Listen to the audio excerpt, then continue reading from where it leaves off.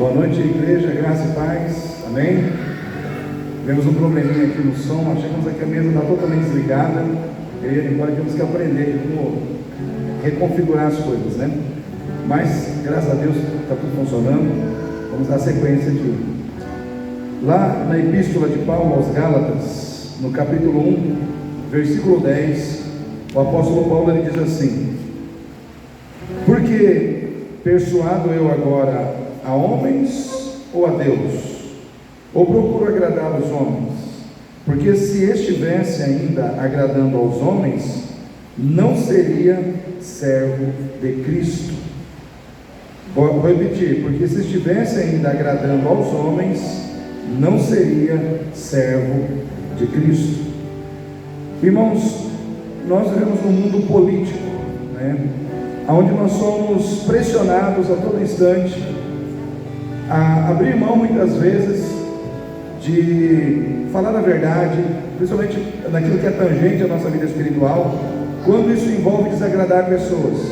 O mundo nos pressiona dentro dessa visão política que envolve os nossos relacionamentos pessoais, no que é relacionado à política da boa vizinhança ou à política do politicamente correto, né? Então muitas vezes nós somos tentados e também pressionados a deixar de falar a verdade ou deixar de defender a nossa fé em Deus ou algum valor da nossa fé para não entrar em conflito com as pessoas.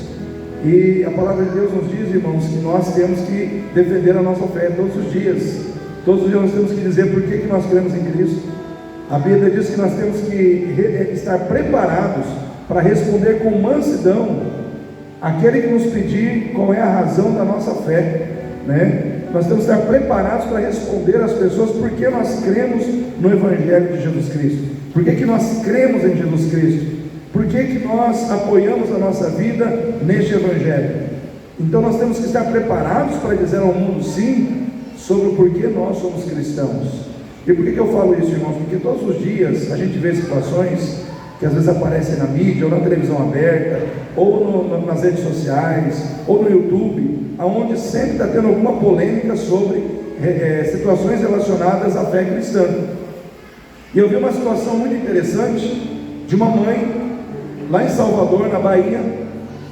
Essa mãe, ela questionou a escola onde, não sei se seu filho ou sua filha estudam, aonde foi implantado dentro do sistema educacional de ensino, foi usado como material de ensino um livro escrito por um rapper famoso aí, eu não conheço, mas chamado Emicida. Eu não sei quem conhece. Alguém conhece aqui Emicida? Já ouviu falar?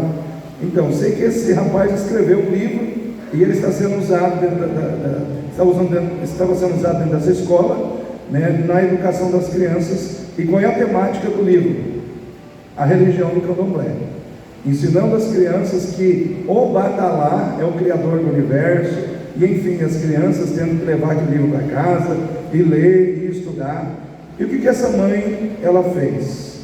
Ela questionou a escola por que a filha dela, sendo cristã, ela teria que aprender sobre essas questões, uma vez que a Bíblia não é permitida nas escolas mais.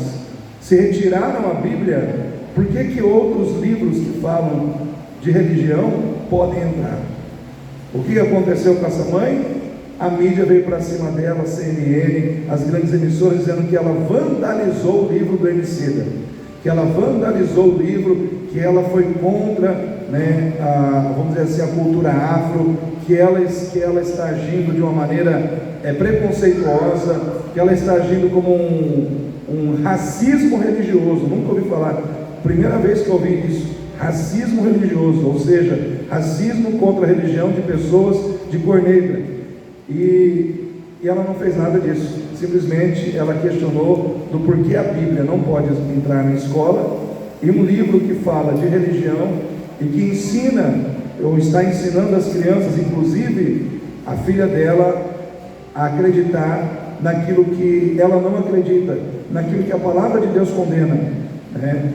Então nós, todos os dias nós estamos sendo, como cristãos, quando nós levantamos a bandeira do cristianismo, quando nós levantamos a bandeira da nossa fé, quando nós defendemos o que está na Bíblia, nós estamos sendo atacados, nós estamos sendo acuados, nós estamos sendo pressionados a não ter esse tipo de atitude.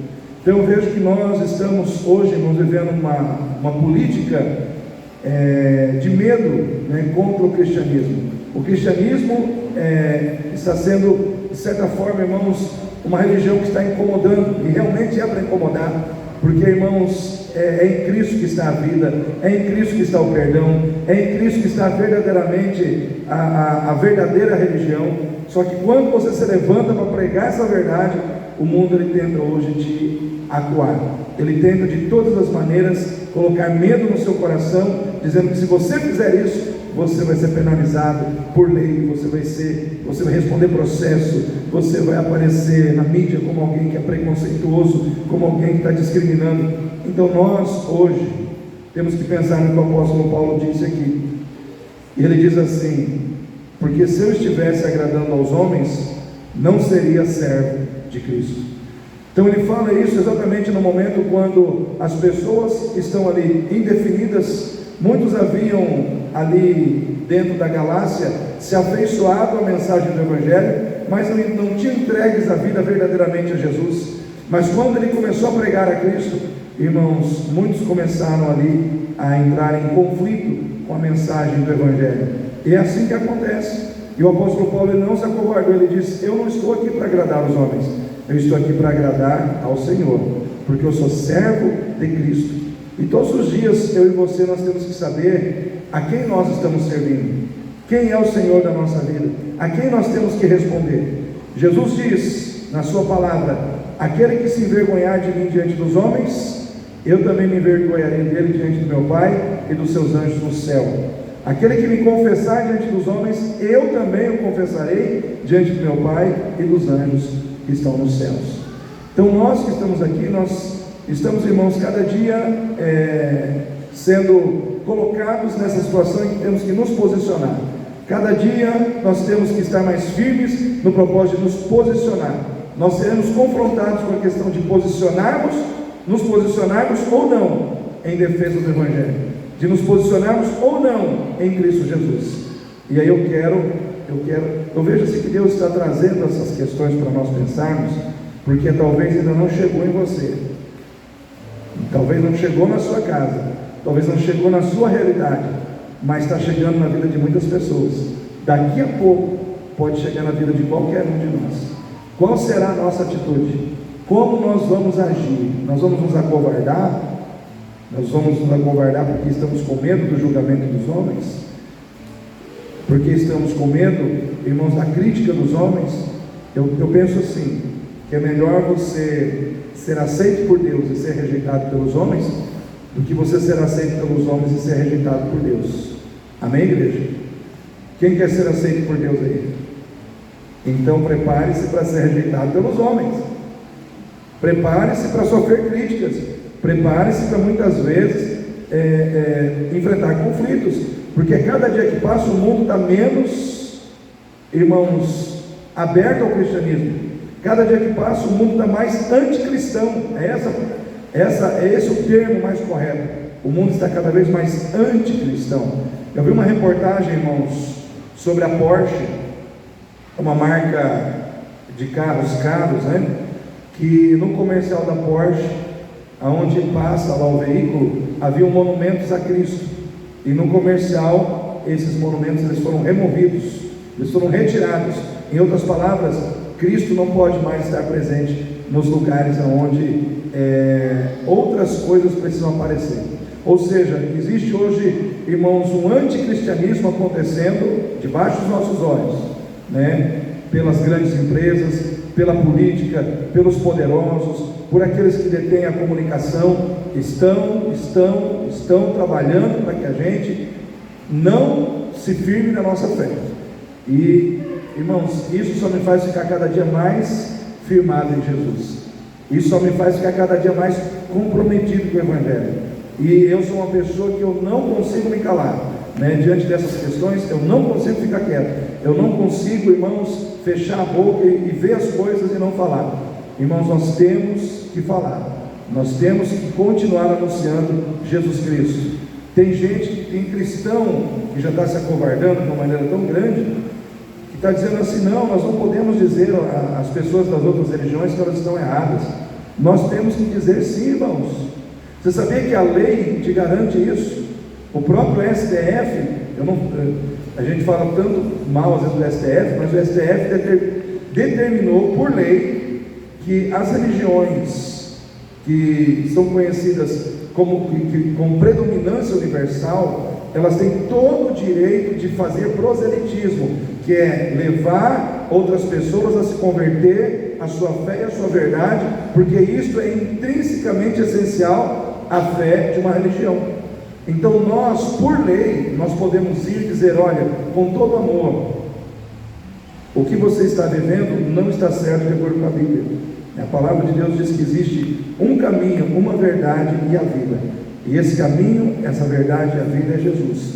E você, pela fé, usando o seu livre-arbítrio, você precisa entregar a sua vida para Ele. Nós temos todo o direito, irmãos, de dizer a quem quer que seja o que Jesus disse. Quando Jesus disse: eu sou o caminho, a verdade e a vida, o que Jesus estava fazendo? Ele estava dizendo o seguinte: eu sou o único caminho, eu sou a única verdade e eu sou a vida. Em outras palavras, ele estava dizendo: todo mundo está mentindo, eu estou falando a verdade. Em outras palavras, Jesus estava dizendo assim: quem crê de forma diferente está indo para um caminho errado, para um caminho de mentira, para um caminho de engano. Então Jesus não teve medo de dizer que Ele era a verdade, que Ele era o caminho e que Ele era a vida. E nós não podemos ter medo de dizer o mesmo. Amém, irmãos? Jesus é o caminho, Jesus é a verdade, Jesus é a vida, irmãos. Então nós temos que dizer isso com toda a autoridade, com toda a alegria àqueles que estão perdidos no pecado. Como disse o apóstolo Paulo: eu não estou aqui para agradar os homens, porque se eu estivesse aqui para agradar os homens, eu não seria servo de Cristo. Então, como eu sou servo de Cristo, eu estou aqui para agradar a Cristo, eu estou aqui para agradar a Deus. Então, querido, não tenha medo, de conflitos, de confrontos. Se você ama alguém e quer ver aquela pessoa no céu, o que você pode fazer por essa pessoa? Qual é o seu maior ato de amor pela vida de uma pessoa que você ama? É falar de Jesus para aquela pessoa. Porque sem Jesus, aquela pessoa vai morrer no pecado e vai para o inferno. O senhor parou para pensar nisso? Sem Jesus, a pessoa vai morrer e vai para o inferno. Então, hoje nós tivemos uma morte. Foi a morte do irmão, da irmã, Débora, Lídia, E a família lá da irmã Débora, pelo que eu entendi do irmão Kleber, não crê no Evangelho, Então, tanto é que eu não pude nem ir lá. Eu estava aberto para ir lá e fazer a celebração, o glória e tudo mais. Mas são essas questões. Às vezes as pessoas se fecham para o Evangelho, e o que acontece? Quem morre sem Jesus, morre sem certeza de salvação, Então eu gosto de velório, irmãos. Uma coisa que você pode me chamar, eu vou assim rapidinho, é para pregar em velório. Eu gosto demais de pregar em velório. Por quê? Porque ali o coração das pessoas está aberto para ouvir falar de Jesus e da vida eterna que Ele veio trazer, Velório é maravilhoso para você falar do amor de Deus, da salvação de Cristo. E infelizmente nesse eu não consegui ir, Mas eu vejo que as pessoas estão fechadas muitas vezes para o Evangelho, fechadas para ouvir a salvação, fechadas para aceitar que Jesus Cristo morreu por elas numa cruz, derramou seu sangue para o perdão dos seus pecados. Mas nós precisamos proclamar essa verdade aos quatro cantos da terra, porque o Senhor disse: ide e pregai. Amém? Ele não falou isso? Ide e pregai a toda criatura, não importa qual seja a religião dessa criatura, se ela é do candomblé, da umbanda, do catolicismo, não importa se é do espiritismo. Ide e pregai a toda criatura, e aqueles que aceitarem, batizem em nome do Pai, do Filho e do Espírito Santo. É a missão da igreja, é a missão que eu e você temos que pregar, temos que dizer para as pessoas que sem Cristo o destino delas é o inferno, com Cristo o destino delas é o céu. Se nós não dissermos, irmãos, muitas pessoas vão para o inferno, e Deus pode requerer essas almas das nossas mãos. Então não se cale e não deixe o mundo calar você. Amém? Vamos ficar em pé nesse momento para que nós possamos louvar ao Senhor com cânticos espirituais em nossos corações.